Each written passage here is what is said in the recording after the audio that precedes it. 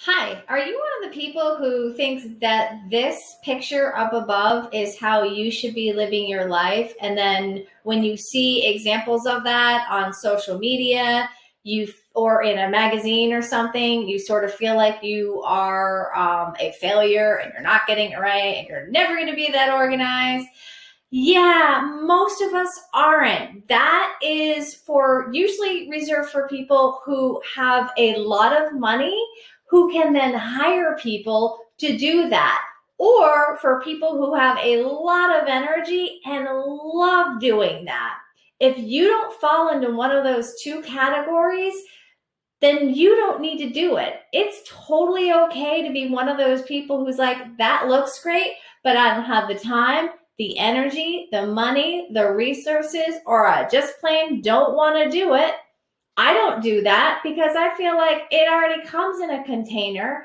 I buy things that I can consume in a timely manner, so I'm not worried that they're going to go bad. And I am not the kind of person who's going to take something, who's going to go out, buy those containers. So spending the time and the energy to buy those containers, to then go shopping and buy the food to then put in those containers and then put those items in those containers. It's just not who I am. And I'm okay with that.